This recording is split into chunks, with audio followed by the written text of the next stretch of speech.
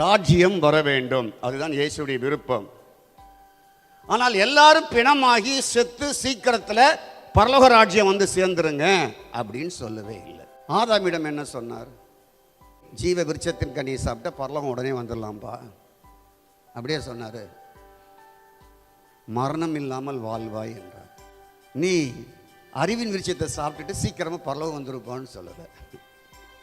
உன் சரீரம் சாகக்கூடாது, நீ சாகக்கூடாது. உன்னை சாகும்படியாக நான் உன்னை படைக்கலை. உனக்கு மரணம் கிடையாது. ஆனால் நீ மரணத்தை தேர்ந்தெடுத்தா உனக்கு மரணம் அப்படின்னார். பவுல் சொல்கிறார், மரண தருவாயில் அநேக தரம் இருந்தேன்னு சொல்லுகிறார்.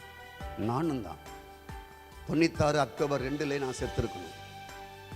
மேஜரான ஆக்சிடென்ட், மரணம் தள்ளி போடப்பட்டது.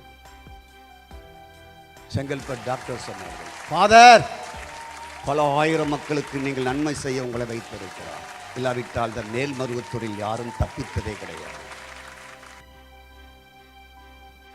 அடுத்தபடி ஒரு ஆக்சிடென்ட், அந்த ஆக்சிடென்ட்ல ஒருத்தன் இறந்தான், நாங்க இறக்கல.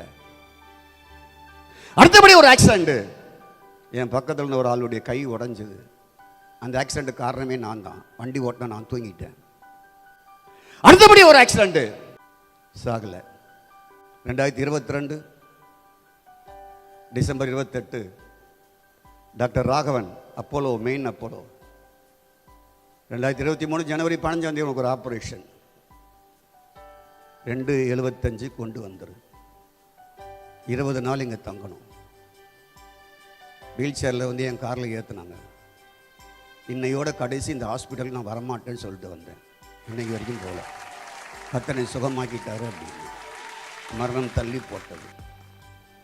ரட்சிக்கப்படுறதுக்கு முன்னாலே 2 மரணம் வந்தது. ஆபிரகாமே, என்னை பின்பற்றி பரலோகம் தரேன்னு சொன்னாரா, கானானை தரேன்னாரா? நீ செத்து சீக்கிரமாக பரலோகம் வான்னு சொல்லலை. மோசேயிடம் மக்களை பரலோகத்துக்கு ஆயத்தப்படுத்துன்னு சொன்னாரா, கானானுக்கு ஆயத்தப்படுத்த சொன்னாரா? நமக்கு எல்லாருக்கும் மரணம் இருக்கு. ஆனால் மரணத்தை விரும்பாது.